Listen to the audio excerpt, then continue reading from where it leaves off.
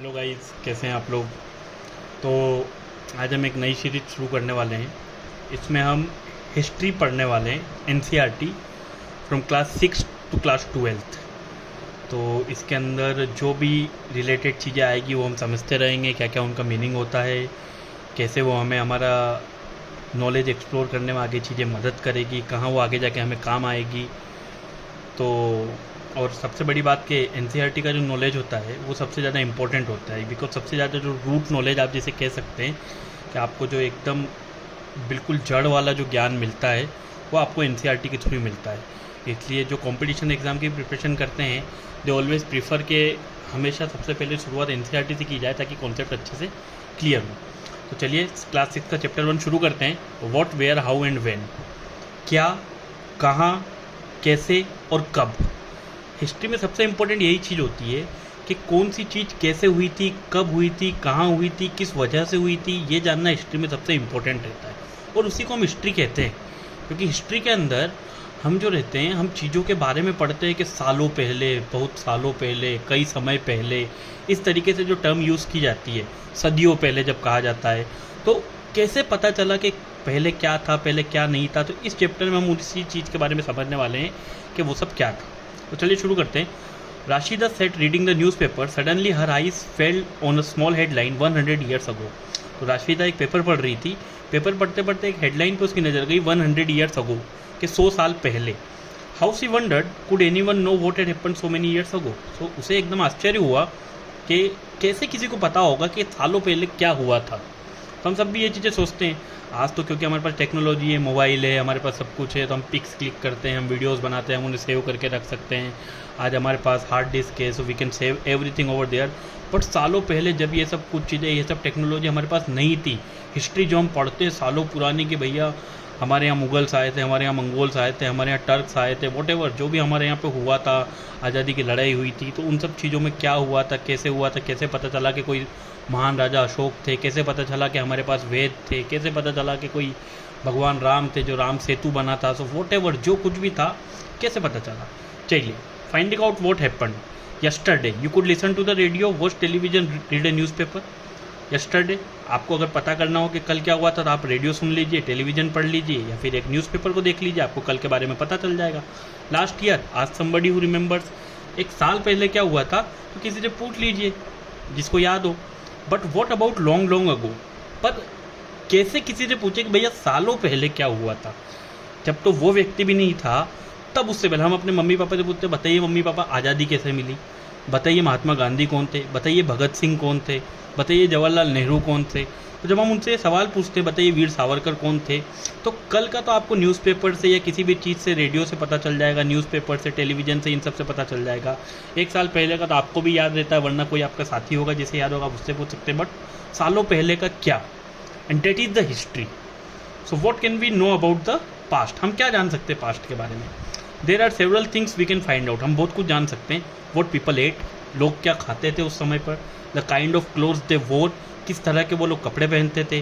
The houses in which they lived, किस तरीके के घरों में वो रहते थे। We can find out about the lives of hunters, herders, farmers, rulers, merchants, priest, craft person, artist, musician, scientist. हर तरीके के लोग जो थे, जो शिकारी थे, जो किसान थे, जो राजा थे, जो व्यापारी थे, पुजारी थे, वैज्ञानिक थे, सबके बारे में हम जान सकते हैं। We can also find out about the game children played, बच्चे कैसे गेम खेला करते थे। आजकल तो सब कुछ आपको पता है, मोबाइल पे ही मिल जाता है ना। पबजी में ही सारा जीवन हो जाता है, या फिर पबजी खेलते हैं, हम भी खेलते थे, बहुत सारे बच्चे अभी भी खेलते हैं और बहुत सारे लोग अभी भी खेलते होंगे। तो द स्टोरीज दे हर्ड, क्या कहानियाँ वो सुनते हैं। द प्लेस दे सो, जो वो आजकल नाटक वगैरह देखते हैं। द सॉन्ग्स दे सेंग, जो गाने वगैरह गाए जाते हैं, है ना। तो ये सब चीज़ों के बारे में हमें जानकारी मिल सकती है। Now where did people live, अब पुराने समय में लोग रहते कहाँ थे। अभी तो सब लोगों के पास घर होते हैं, हर किसी के पास अपना खुद का मकान होता है।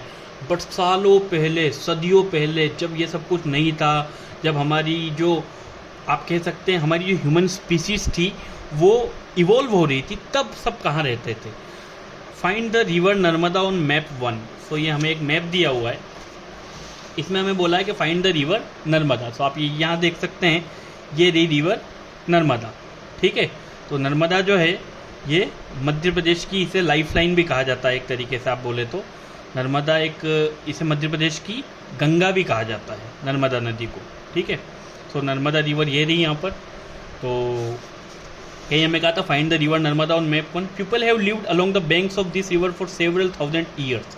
तो उसमें लिखा है कि सालों तक, हजारों सालों तक जो लोग थे वो ज़्यादातर नदियों के पास ही अपना घर वगैरह बनाते थे या नदियों के पास ही रहना पसंद करते थे, ठीक है।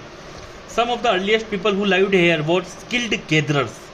तो some of the earliest people, जो सबसे पहले माना जाता है कि सबसे पहले जो लोग यहाँ पर रहते थे हु इस नदी के आसपास, वो स्किल्ड गैदरर्स थे। क्या थे? Skilled gatherers. We know all the meaning of skilled. Skilled मतलब one who is very good in something, जो एक किसी कला में पारंगत हो, उसे स्किल्ड कहा जाता है। तो स्किल्ड गैदरर्स थे। गैदरर्स मतलब जो चीज़ को इकट्ठा करना जानते थे। That is people who gathered their food. वो अपने खाने को क्या करते थे? इकट्ठा करते थे। They knew about the vast wealth of plants in the surrounding forest. वे लोग जानते थे कि उनके पास में जो जंगल है वहाँ पर क्या क्या चीज़ें हैं, कौन सी रूट्स है। जैसे पहले के आपने सब सुना होगा कि पहले के जो ह्यूमन बींग्स रहते थे, जो बहुत पहले, बहुत अर्ली एज में रहते थे, वो लोग खाने में फल, फिर उसके बाद आप जड़ें, अपने इलाज के लिए जड़ी बूटियों का उपयोग करते थे, खाने के लिए फल का, अनाज, ये सब चीज़ों का, फॉरेस्ट प्रोड्यूस जो दूसरे होते हैं, जो भी कुछ होते हैं, उन सब चीज़ों का उपयोग करते थे। So they are good gatherers, they are skilled gatherers. They know, वो जानते थे कि क्या खाना है, what to eat, what not to eat, क्या चीज़ उनके लिए हार्मफुल होगी, क्या चीज़ उनके लिए यूजफुल होगी। तो दे आर स्किल्ड गैदरर्स। जो अर्ली पीपल रहते थे वो क्या रहते थे? Skilled gatherers. They also hunted animals. So after some time जब वो इवॉल्व हुए तो उनको समझ आया कि yes they can hunt animals. वो जो एनिमल्स है उन्हें हंट कर सकते हैं। तो पहले के ज़माने में जब वो शिकार करते थे जानवरों का, उसके बाद उनकी खाल को निकाल कर और ओढ़ते थे, उसे पहनते थे ताकि अपने आप को प्रोटेक्ट कर सकें एक्सट्रीम वेदर कंडीशंस में। उनका जो मांस रहता था उसे पका कर खाते थे ताकि वो सर्वाइव कर सकें। और जब उन्हें समझ आया कि एनिमल्स जो हैं उनका यूज़ का क्या है, किस तरीके से एनिमल्स उनके लिए प्रोडक्टिव हो सकते हैं, तो उन्होंने उनकी रियरिंग करना, उन्हें पालना भी चालू किया। So they are skilled gatherers. They know how to survive in those situations. Next, now find the Suleiman and Kirtar hills to the northwest. So देखिए, कोई भी जो मैप होता है उसमें जो ये ऊपर की डायरेक्शन होती है ये नॉर्थ होती है, जो नीचे की डायरेक्शन होती है साउथ, जो राइट साइड में डायरेक्शन होती है डेट इज ईस्ट, एंड जो लेफ्ट हैंड में डायरेक्शन होती है it is west. North, south, east, west, है ना। चलिए अब देखिए, उन्होंने बोला है कि नॉर्थ वेस्ट में हमको सुलेमान और किरथार हिल्स, तो this is Sulaiman and this is Kirthar hills to the north west. Some of the areas where women and man first began to grow crops such as wheat and barley about 8000 years ago are located here. So माना जाता है कि सबसे पहले वो जो area जहाँ पर मैन एंड वीमेन ने पहली बार क्रॉप्स को, व्हीट को, बार्ले को, इन सब को उगाया था, वो यहाँ पर लोकेटेड है। कहाँ पर? सुलेमान एंड किरथार हिल्स में। इस एरिया में व्हीट एंड बार्ले, ठीक है, इसको उगाया गया पहली बार यहाँ पर 8000 years ago. People also began rearing animals. जो जानवरों को पालना है वो भी चालू किया। जैसे शिप को क्यों पालते थे? क्योंकि शिप का जो मिल्क भी रहता है, शिप का जो वूल रहता है, शिप से मीट भी मिलता है। Got, cattle and lived in villages. और कहाँ रहने लगे? गांव बसाकर वहाँ पर रहने लगे। Locate the Garo hills to the north east and the Vindhyas in central India. अब गैरो हिल्स हमें बोला है नॉर्थ ईस्ट में है, तो हमारे पास नॉर्थ ये है और हमारे पास ईस्ट ये है। ये हमारे पास यहाँ पर है गैरो हिल्स नॉर्थ ईस्ट में, और विंध्यास ये रहा हमारे पास विंध्य पहाड़ियाँ जो है ये भी मध्य प्रदेश में ही है स्थित, ठीक है। Now these were some of the other areas where agriculture developed. So ये जो गैरो हिल्स और ये जो एरिया था यहाँ पर एग्रीकल्चर डेवलप्ड हुआ। तो यहाँ से हम क्या समझ सकते हैं कि जो हमारा नॉर्थ वेस्ट का रीजन था, जहाँ हमारे पास Sulaiman and Kirthar hills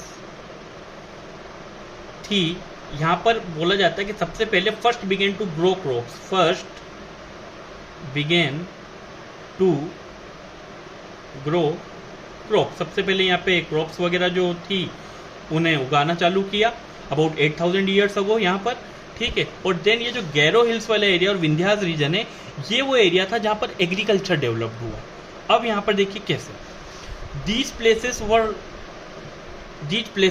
places where rice was first grown are to the north of the Vindhya. बोला जाता है कि सबसे पहले जहाँ पर राइस चावल उगाए गए वो नॉर्थ ऑफ द विंध्य में थी। तो ये देखिए विंध्य की पहाड़ियाँ हैं। अब आप इसमें देखिए नॉर्थ की तरफ, विंध्य की पहाड़ियों से नॉर्थ की तरफ अगर हम देखें तो यहाँ पे देखिए चंबल नदी बह रही है, यमुना, गंगा, साउथ। तो ये जो रीजन था ये बहुत फर्टाइल था, बहुत उपजाऊ जगह थी। तो क्योंकि जगह बहुत उपजाऊ थी और हम सबको पता है कि जो चावल की फसल होती है उसे पानी की बहुत ज़रूरत होती है, इसलिए इस एरिया में माना जाता है ऐसा कि विंध्य पहाड़ी के नॉर्थ में सबसे पहली बार चावल जो थे वो उगाए गए यहाँ पर। Now trace the river Indus and it's tributaries. तो हम यहाँ पे पढ़ेंगे, ये आप यहाँ पे देखेंगे अगर ध्यान से, अगर आपको ये क्लियर दिख रहा है तो दिस इज इंडस रिवर। और आप ये देखेंगे इसकी ट्रिब्यूटरीज मतलब इसकी छोटी छोटी नदियाँ जो इंडस में आकर मिलती हैं, या ट्रिब्यूटरीज कहा जाता है कि जो इससे निकलती है। तो आप यहाँ देखेंगे झेलम, चेनाब, रावी, ब्यास, सतलुज, और ये जो है यही है आपका पंजाब, पंजाब, 5 आबों का समूह। तो ये जो 5 नदियां हैं आपकी, ये सभी 5 नदियां जो है ये मिलकर पंजाब बनाती हैं। तो इंडस रिवर की ये सब ट्रिब्यूटरीज हैं। Now tributaries are smaller rivers that flow into a larger river. Tributaries जो होती है ये स्मॉलर रिवर्स होती है जो कि एक बड़ी नदी में मिल जाती है, तो इन्हें कहते हैं tributaries. Now about 4700 years ago some of the earlier cities flourished on the banks of these rivers। तो सालों पहले 4700 साल पहले के आसपास ज़्यादातर जो अर्लियर सिटीज थी वो इन्हीं नदियों के किनारों के आसपास बसी और वहीं पर वो फ्लोरिश्ड हुई मतलब वो अच्छे से बसी, अच्छा वहाँ डेवलपमेंट हुआ, सब कुछ हुआ, डेट इज कॉल्ड फ्लोरिशमेंट। सो ऐसा क्यों हुआ होगा? ऐसा इसलिए हुआ होगा क्योंकि देखिए हम सब जानते हैं कि जो पानी है, हम बोलते हैं जल ही जीवन का आधार है। तो कहीं ना कहीं जहाँ पानी रहता था उसके आसपास फॉरेस्ट भी रहते थे, तो वहाँ पे कोई भी रहेगा उसे खाने के लिए फ्रूट्स, अगर जड़ी बूटी वगैरह इलाज करने के लिए कुछ मेडिसिनल प्लांट्स, ये सब चीज़ें जो हैं ये सब आसानी से अवेलेबल हो जाती हैं। पीने के लिए पानी मिल जाता है। अगर शिप्स वगैरह और जानवर वगैरह रहते हैं उनकी रियरिंग करनी है तो उन्हें पालने पोसने के लिए और उन्हें पिलाने के लिए पानी, उन्हें खिलाने के लिए चारा वगैरह, ये सब कुछ चीज़ें। तो एक तरीके से जो रिवर के पास वाला एरिया रहता था वो फर्टाइल भी रहता था, तो वहाँ खेती भी कर पाते थे और वहाँ ये जो दूसरी चीज़ों की अवेलेबिलिटी है ये भी आसानी से हो जाती थी। डेट्स वाई जो रिवर के आसपास वाला एरिया रहता था वो ज़्यादा फ्लोरिश्ड हुआ था। Then later about 2500 years ago cities developed on the banks of the Ganga and its tributaries and along the sea coast।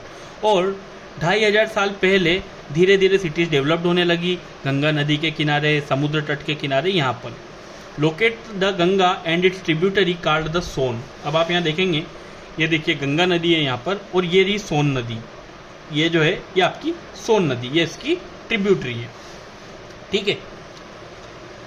Now in ancient times the area along these rivers to the south of the Ganga, Ganga के south में जो area था, ये गंगा नदी जो थी इसके south वाला ये जो एरिया था यहाँ पर, along these rivers to the south of the Ganga वो नोन एज मगध, इसे मगध कहा जाता था। Now lying in the state of Bihar, जो आज के टाइम पर बिहार राज्य में आता है। तो हम सब जानते हैं कि मगध का एक बहुत फेमस राजा थे, राजा अशोक।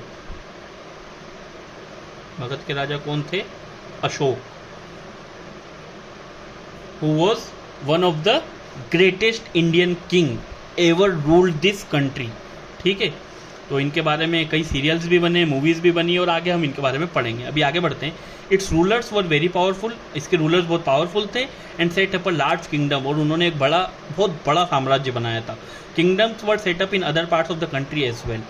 जो हमारा देश था उसके अलग अलग भागों में अलग अलग किंगडम्स थे, जैसे हम सब ने पढ़ा, कहीं पे राजपूत राज करते थे, कहीं पे कोई आप बोल सकते हैं मराठास राज करते थे। तो इस तरीके से अलग अलग जगह, जो साउथ की तरफ था यहाँ पे अलग अलग बड़ी बड़ी इधर भी डायनेस्टीज थी, ठीक है। तो हर तरफ हर एरिया में अलग अलग जगह पर अलग अलग छोटे छोटे किंगडम्स भी बन गए थे। पंजाब की तरफ 6 से, इस तरीके से अलग अलग जगह सब अपना अपना किंगडम बनाया था सबने। Throughout people travelled from one part of the subcontinent to another. और now what do you mean by सब कॉन्टिनेंट?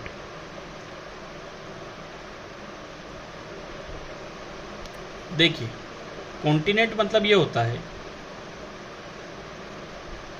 कि ऐसा एक एरिया, एक बड़ा सा लैंड मास जो कि चारों तरफ से covered with water from 4 sides, मतलब चारों तरफ से पानी से घिरा हुआ हो। और सब कॉन्टिनेंट, इंडिया को भी सब कॉन्टिनेंट इसलिए क्या कहा जाता है क्योंकि ये 3 तरफ से पानी से घिरा हुआ है। एक तरफ है अरेबियन सी, एक तरफ है इंडियन ओशन एंड एक तरफ है बे ऑफ बंगाल। ऊपर की तरफ जो है पूरा लैंड मास है। डेट्स वाई जो इससे बोला जाता है इंडियन सब कॉन्टिनेंट का एरिया बोला जाता है। The hills and high mountains including the Himalayas, deserts, rivers and seas made journeys dangerous at times but never impossible. तो जो बड़ी बड़ी पहाड़ियाँ थी, बड़े बड़े पहाड़ थे जैसे हिमालय, रेगिस्तान जो राजस्थान में है, कई बड़ी बड़ी रिवर, समुद्र, ये सब जर्नी जो उस टाइम पे थी काफ़ी डेंजरस थी, काफ़ी मुश्किल थी, बट नेवर इम्पॉसिबल। पर उस समय में भी ये इम्पॉसिबल नहीं थी। उस समय भी कई ट्रेवलर थे जो ट्रेवल करके इन सब पहाड़ों को, इन सब नदियों को पार करके एक जगह से दूसरी जगह तक जाते थे। So man and women moved in search of livelihood. So जीवन यापन करने के लिए जो मैन और वीमेन थे वो एक जगह से दूसरी जगह तक जाते थे। As also to escape from natural disaster like floods और ड्रॉट्स। तो जो बाढ़ वगैरह आती थी कहीं पर या कहीं सूखा पड़ जाता था, तो उन सब से बचने के लिए भी उस टाइम पे जो मैन एंड वीमेन थे वो एक जगह से दूसरी जगह तक जाते रहते थे। उन्हें वांडरर्स कहते थे। वांडरर्स मतलब जो एक जगह नहीं रहते, जो अपनी जगह बदलते रहते हैं। ठीक है। समटाइम्स मैन मार्च्ड इन आर्मीज। तो थोड़े टाइम बाद जब लोग ग्रुप में चलने लगे तो that is called armies. Conquering other land, जब वो एक जगह से दूसरी जगह जाते थे तो जो पावरफुल होता था वो दूसरे स्थान पर कब्जा कर लेता था। Besides merchants travelled with caravans और ships carrying valuable goods from place to place. और जो मर्चेंट्स रहते थे, जो व्यापारी रहते थे, वो कारवा मतलब ज़्यादा लोगों का ग्रुप या फिर उसमें बड़े बड़े जहाज और इन सब लोगों के साथ चलते थे। Carrying valuable goods from place to place. और जो कीमती सामान रहता था उसे एक जगह से दूसरी जगह ले जाकर बेचते थे। And religious teachers walked from village to village, town to town, stopping to offer instruction and advice on the way. और जो धार्मिक जैसे रहते थे गुरु, जैसे कोई पुजारी या कोई आप बोल सकते कोई मौलवी या कोई बौद्ध धर्म का भिक्षु, तो ये सब जो लोग रहते थे ये पैदल वॉक करते थे एक गांव से दूसरे गांव तक, एक कस्बे से दूसरे कस्बे तक। और कहीं कहीं पर रुककर अपना जो प्रवचन जिसे कहते हैं या फिर कोई ज्ञान देना होना या कोई बात बताना, तो उसके लिए रुकते रहते थे। Finally some people perhaps travel driven by a spirit of adventure. और कुछ लोग जो थे वो एक एडवेंचर करने के हिसाब से, कि वो एक्सप्लोर करना चाहते थे, उस टाइम पे दुनिया को जानना चाहते थे कि कहाँ पर क्या है, कुछ लोग उसलिए ट्रेवल करते थे, wanting to discover new and exciting places. All this led to the sharing of ideas between people. अब जब भी कोई व्यक्ति एक जगह से दूसरी जगह जाता है तो उस समय पे भी वो एक दूसरे को बताते होंगे कि भाई हमारे उधर ये वाली चीज़ है, अच्छा वहाँ पर आए वहाँ पहाड़ है, अच्छा वहाँ से आए वहाँ पे नदियाँ हैं। तो इस तरीके से लोगों को पता चलता था। तो उस समय पे तो देखिए कोई साधन होते नहीं थे, या तो इंसान पैदल चलता था या फिर घोड़ा गाड़ी, बैलगाड़ी, इन सब के ऊपर इंसान ट्रेवल करता था। हॉर्सेस वगैरह को पाला जाता था, घोड़ों को पाला जाता था, हाथियों को पाला जाता था, उनके ऊपर जो ट्रेवल करके एक जगह से दूसरी जगह जाते थे। Why do people travel nowadays. अब क्यों लोग ट्रेवल करते? पहले तो ये सब कारण था।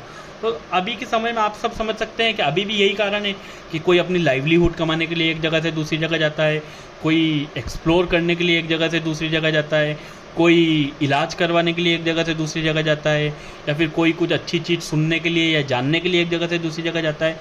तो रीजंस आर सेम, आज भी रीजंस वही है, बस फैसिलिटीज़ जो है वो हमारे पास इजीली अवेलेबल है कि हम कैसे ट्रेवल करें। Look at map one once more. Hills, mountains and seas form the natural frontiers of the subcontinent. तो अगर मैप वन को ध्यान से देखें तो हम इसमें देखेंगे कि यहाँ पे जैसे हिमालय है तो हिल्स हुई, माउंटेन्स हुई, सीज हुई, और जो नेचुरल फ्रंटियर्स है ये मतलब सब कॉन्टिनेंट को इन्होंने प्रोटेक्ट करके रखा हुआ है। ठीक है। While it was difficult to cross this frontiers, इन फ्रंटियर्स को क्रॉस करना उतना ही मुश्किल था क्योंकि समुद्र, पहाड़, इन सबको लांघना और देन यहाँ पर आना। Those who wanted could and did scale the mountains and cross the seas. पर जो चाहते थे हमारे देश में आना या इन बाउंड्रीज को, इन माउंटेन्स को स्केल करना, तो वो पहाड़ चढ़ के भी आए, कई लोग समुद्र क्रॉस करके भी आए, और आखिर में आके अंग्रेजों ने भी हमारे ऊपर राज किया और कई साल तक मुगलों का भी हमारे ऊपर शासन रहा। People from across the frontiers also came in to the subcontinent and settled here. और कई लोग इन सब जगह को क्रॉस करके हमारे यहाँ पर आए और हमारे यहीं आकर हमारे सब कॉन्टिनेंट में बस गए।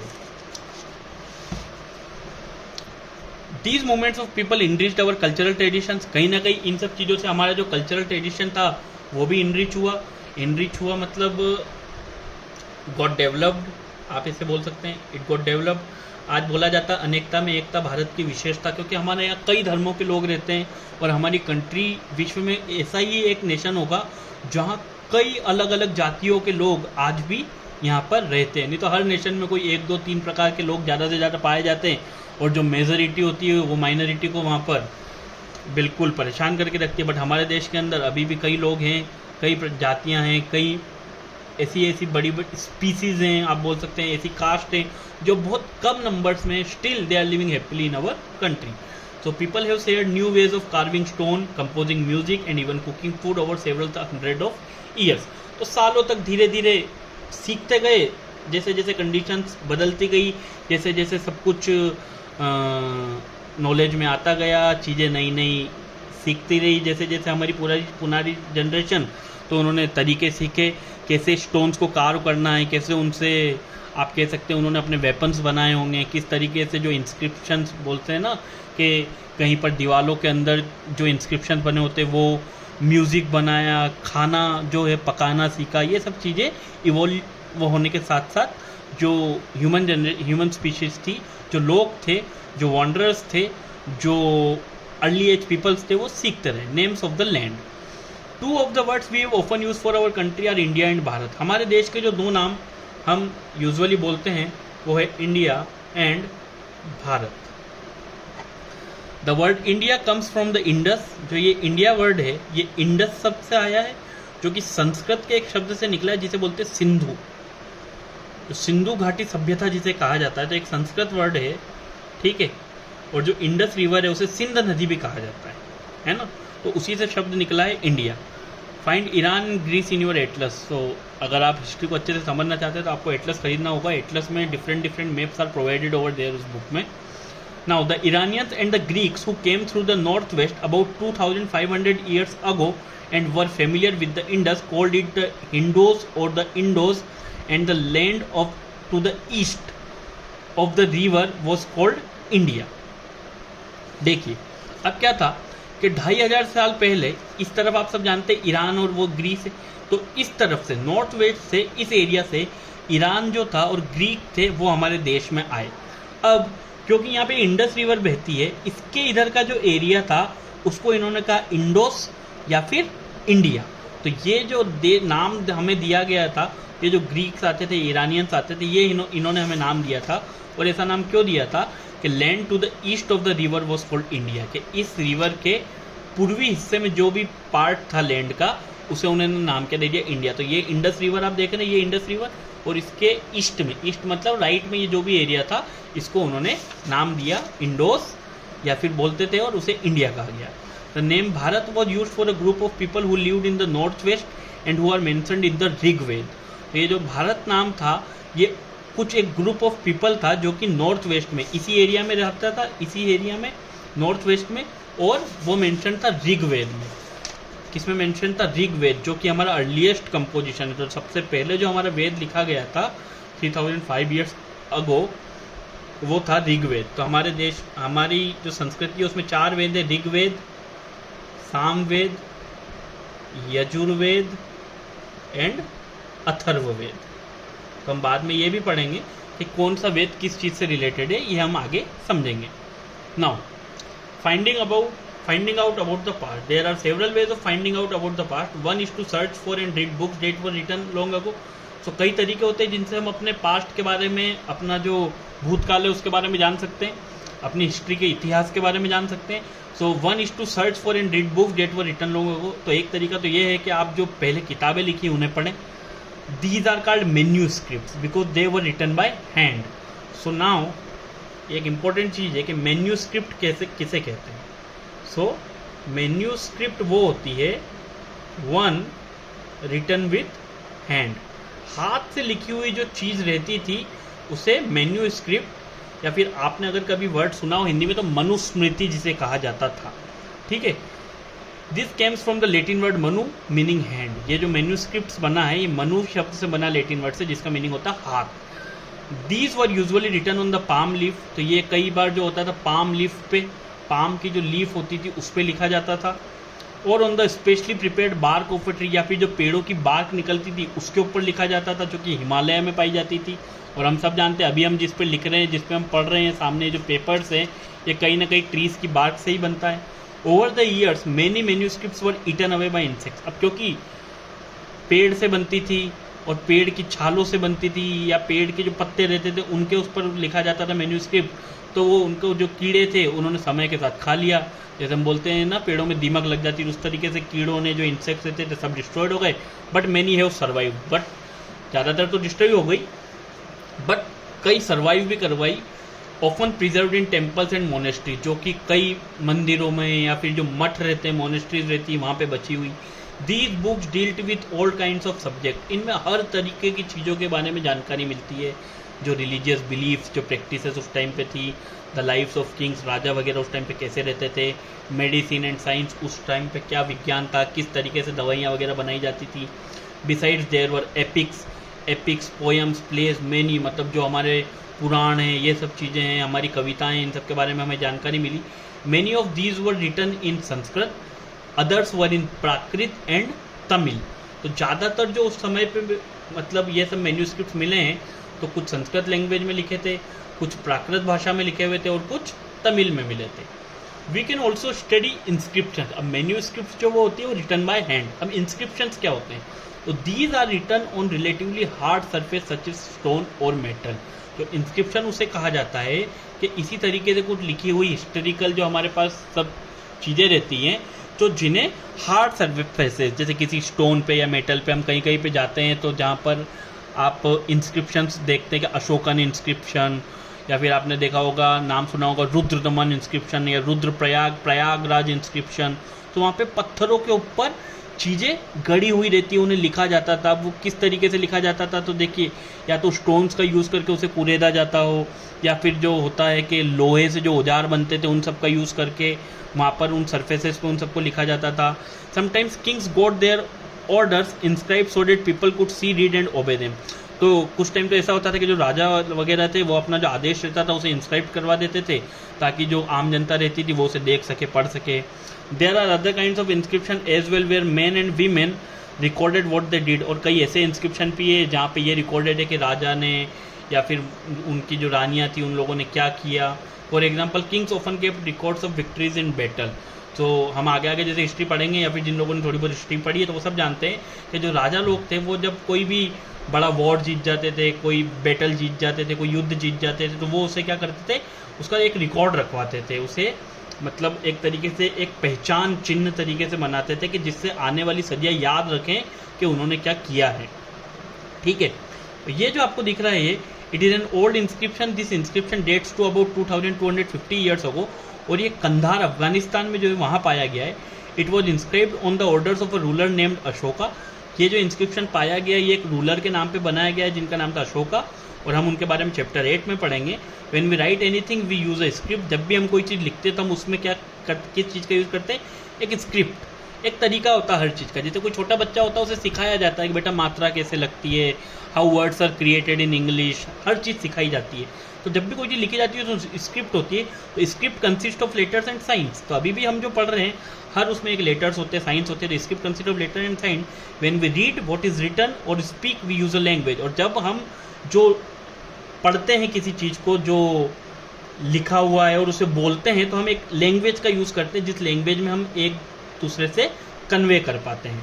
This inscription was inscribed in 2 different script and languages, Greek and Aramaic. तो ये जो इंस्क्रिप्शन है इसमें 2 अलग अलग टाइप की लैंग्वेज हुई है। यहाँ तक आप देखिए तो एक लैंग्वेज का पार्ट है वो अलग है और जो नीचे वाला पार्ट है वो अलग है।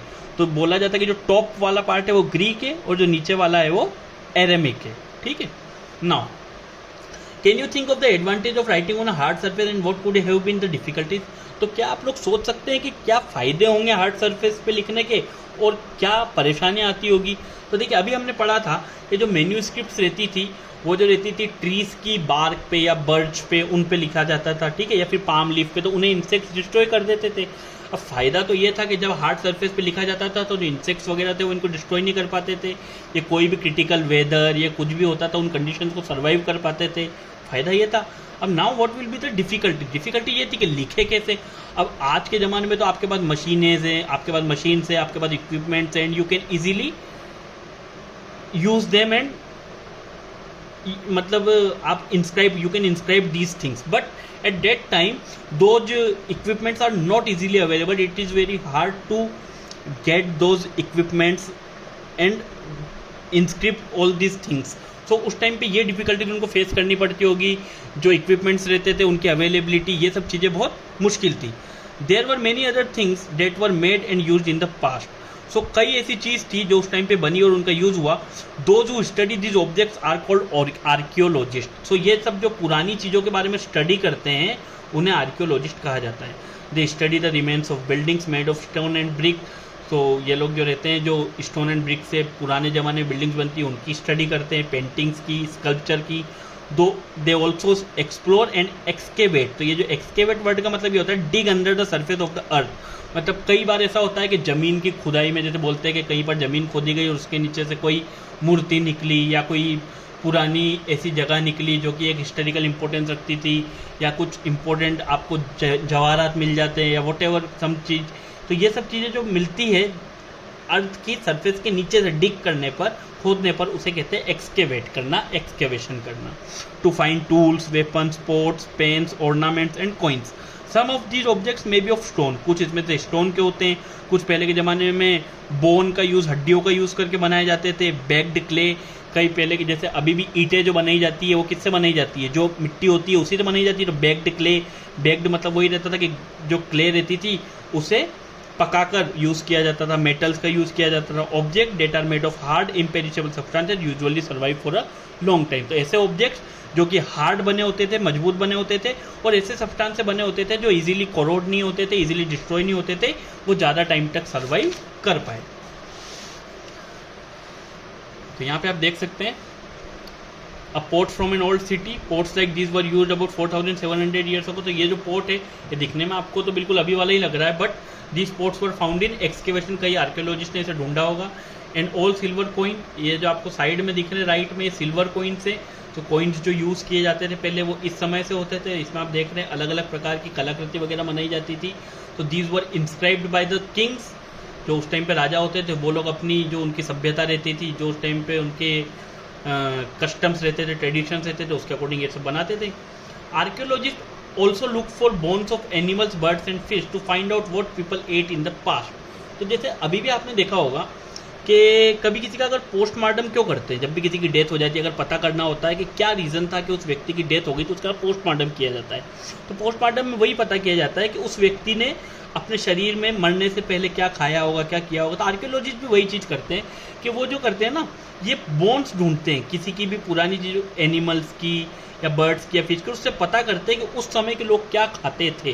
क्योंकि खाना पकाने की जो हुई, जब तक आग की जब खोज हुई, जब फायर की डिस्कवरी हुई, तभी इंसान ने पकाकर खाना चालू किया. उसके पहले का इंसान क्या करता था, या जब पकाने के बाद भी खाता था तो क्या खाता था पहले. Plants remain survive far more rarely. If seeds of grain or pieces of wood have been burned, they survive in a charred form.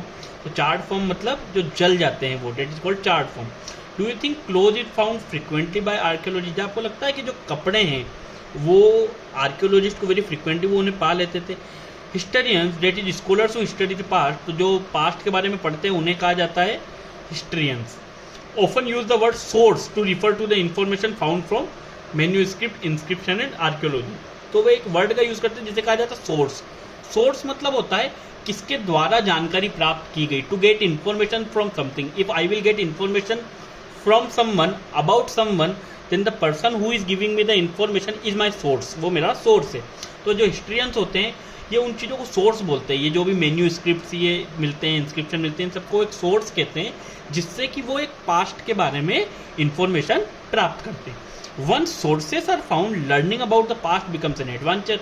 और जब कोई सोर्स मिल जाता है देन जो लर्निंग होती है about the past, it becomes an adventure. तो उसके बारे में जानने की जो जिज्ञासा होती है, जो क्यूरियसिटी होती है, वो भी बढ़ जाती है, and it will become an adventure. So historians and archaeologist are like detectives. वो एक डिटेक्टिव जासूस की तरह होते हैं. Who use all this sources like clues. जो ये सारे सोर्सेज की मदद एक क्लू की तरह, एक उनको जो जैसे मिल जाता है ना कि कोई क्लू, कोई सबूत मिल जाता, उस तरीके से यूज़ करते हैं हमारे पास्ट के बारे में जानने के लिए। वन पास्ट और many. Did you notice the title of this book? क्या आपने इस बुक का टाइटल देखा है? इस बुक का टाइटल है 6th क्लास की जो बुक है अवर पास्ट 1। तो did you notice the title of this book our past? We have used the word past in plural to draw attention to the fact that past were different for different groups of people. तो यहाँ लिखा है कि इस book में past क्यों लिखा है, पास्ट क्यों नहीं लिखा? ऐसा इसलिए लिखा है, प्लूरल में इसे इसलिए यूज किया है ताकि आपकी अटेंशन इस फैक्ट की तरफ जाए कि जो पास्ट है वो डिफरेंट है for different groups of people. आप खुद समझिए, आज हम हिंदुस्तान में रहते हैं, we are living in India. कोई मध्य प्रदेश में रहता है, कोई राजस्थान में रहता है, कोई गुजरात में रहता है। We are living in different areas of the country. तो हम हर किसी का अपना एक अलग अलग पास्ट है। हम सब यह नहीं कह सकते कि हमारा कोई कॉमन पास्ट है। जो तमिलनाडु में रह रहा है they are having some different past. मैं कहीं और रह रहा हूँ तो मेरा एक अलग पास्ट है। कोई एक तीसरा पर्सन है जो किसी और तीसरी जगह रह रहा है तो उसका एक अलग पास्ट है।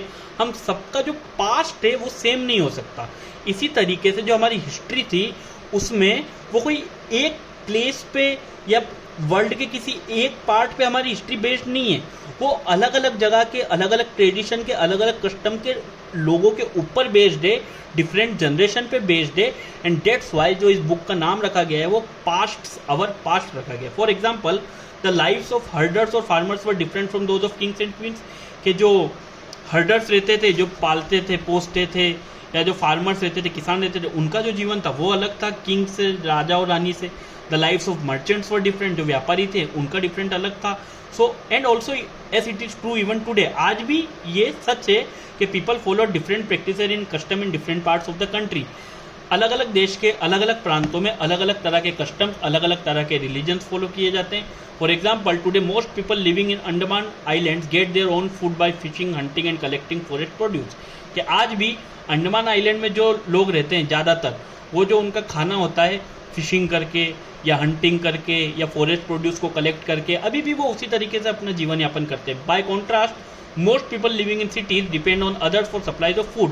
पर जो सिटीज़ में लोग रहते हैं वो डिपेंड करते हैं कि भैया सुबह दूध वाला आएगा, थोड़ी देर बाद सब्जी वाला आएगा, फ्रूट्स लेना है तो फिर मंडी चले जाएंगे, अगर चावल लेना है तो किराने की दुकान पे चले जाएंगे। Differences such as these existed in the past as well. तो यही जो डिफरेंस थे ये पास्ट में भी एग्जिस्ट करते थे। Besides there is another kind of difference, और एक और जो डिफरेंस होता था, we know a great deal about kings and the battles they fought because they kept records of their victories. तो हम ज़्यादातर लड़ाइयों के बारे में, ज़्यादातर युद्ध के बारे में, उसमें कौन जीता था कौन हारा था, इसके बारे में क्यों जानते हैं? Because they kept records of their victories. जो राजा रहते थे वो इंस्क्रिप्शंस बनवाते थे, वो जो उनकी विक्ट्रीज रहती थी उसकी एक स्मृति चिन्ह बनवाते थे, ताकि आने वाली जो उनकी जनरेशन से, जो आने वाली पीढ़ियाँ हैं, वो जाने कि उनसे पहले जो राजा रहे थे उन्होंने क्या जीता था, किसे हराया था। Generally ordinary people such as hunters, fishing folk, gatherers, farmers और herders did not keep records of what they did. और इन सब चीज़ों में खर्चा भी ज़्यादा होता था, इन सब चीज़ों को संभालना, उन्हें बनवाना। और जो नॉर्मल पीपल रहता था, ऑर्डिनरी पीपल रहता था, जैसे आज भी है कि ऑर्डिनरी पीपल हर चीज़ एफोर्ड नहीं कर पाता है, बट जो अमीर आदमी है वो आज सब कुछ कर पाता है, अच्छे फ़ोटो खिंचवा पाता है, अपनी एक एल्बम बनवा पाता है, अपने वीडियो बनवा पाता है, अपने बच्चों को अच्छी परवरिश दे पाता है। बट आज भी जो नॉर्मल आदमी है वो अपने बच्चों को वो सब सुविधा नहीं दे पाता जो कई लोग दे पाते हैं। तो उसी तरीके से पुराने ज़माने में जो राजा वगैरह थे वो तो अपनी जीत के इंस्क्रिप्शन बनवा देते थे, बट जो ऑर्डिनरी पीपल थे वो ऐसा नहीं कर पाते थे। While archaeology helps us to find out about their life, there is much that remains unknown. Archaeology की मदद से हमें बहुत कुछ पता तो चला है उनके जीवन के बारे में, कि कैसे पुराने ज़माने पे एक ऑर्डिनरी आदमी रहता था, पर कई ऐसी चीज़ें हैं जो अननोन है अभी भी। Now what do dates mean? Dates का क्या मतलब होता है? If somebody asks you the date, you will probably mention the day, month and year 2000 and something. अगर मैं अभी आपसे पूछूँ कि आपका जन्म कब हुआ था, तो we will say okay 1 October 2010, 1 October, 1 November 2009, like this हम बोलते हैं। These years are counted from the date generally assigned to the birth of Jesus Christ, the founder of Christianity. ये जो years हम काउंट करते हैं, ये डेट जो जनरली असाइंड है, कैसे असाइंड की गई है? To the birth of Jesus Christ, जिन्हें फाउंडर ऑफ क्रिश्चियनिटी माना जाता है, उनके उसमें। So 2000 means 2000 years after the birth of Christ. तो अभी जो नॉर्मली हम कई चीज़ें पढ़ते हैं तो हम बुक्स के अंदर पढ़ते हैं AD and BC।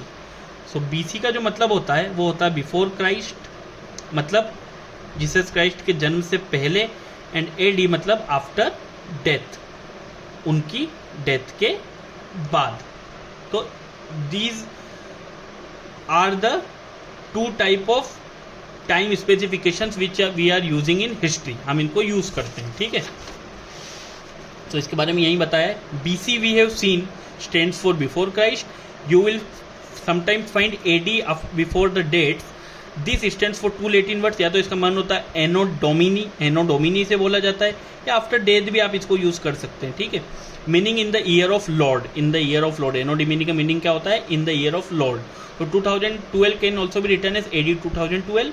Sometimes CE is also use instead of AD की जगह CE भी यूज होता है। CE का मतलब होता है कॉमन एरा, CE का मतलब क्या होता है, कॉमन एरा। और जो ADE है मतलब जो BC है उसको यूज करते हैं BC, बिफोर कॉमन एरा।